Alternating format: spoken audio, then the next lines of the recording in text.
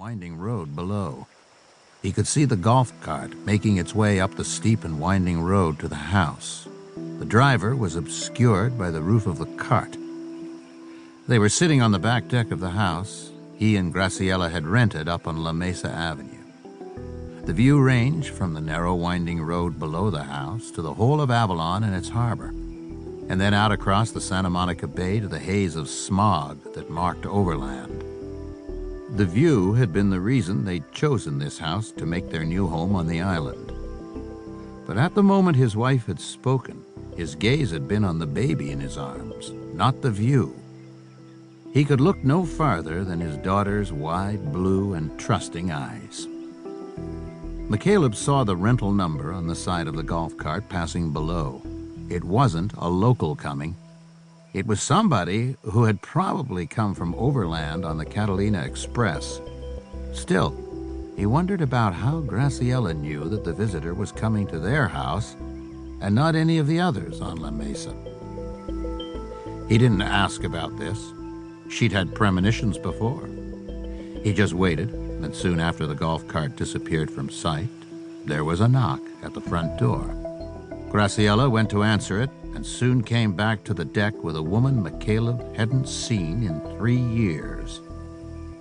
Sheriff's Detective Jay Winston smiled when she saw the child in his arms.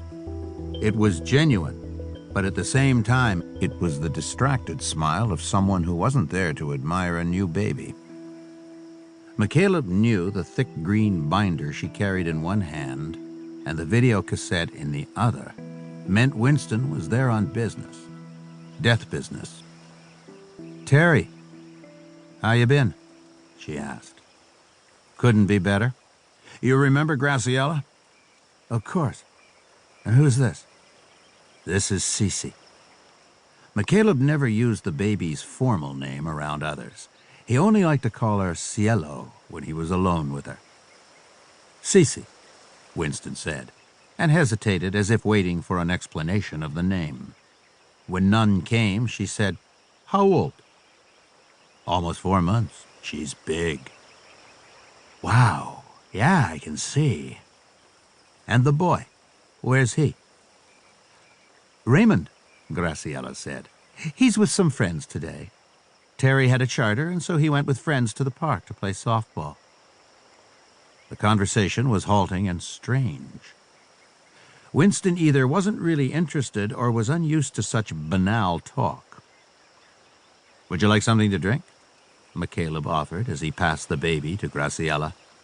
"No, I'm fine. I had a Coke on the boat."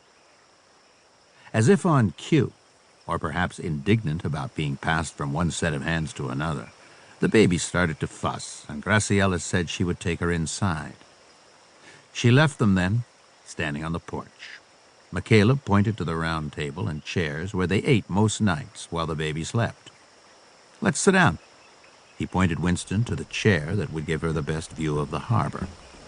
She put the green binder, which McCaleb recognized as a murder book, on the table and the video on top of it. "Beautiful," she said.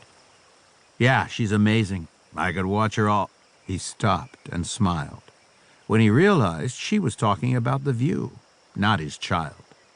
Winston smiled too. "She's beautiful too, Terry. She really is. You look good too, so tan and all. I've been going out on the boat. And your health is good? Can't complain about anything other than all the pills they make me take. But I'm 3 years in now and no problems. I think I'm in the clear, Jay.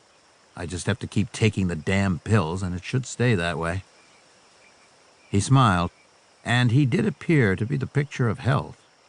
As the sun had turned his skin dark, it had worked to the opposite effect on his hair.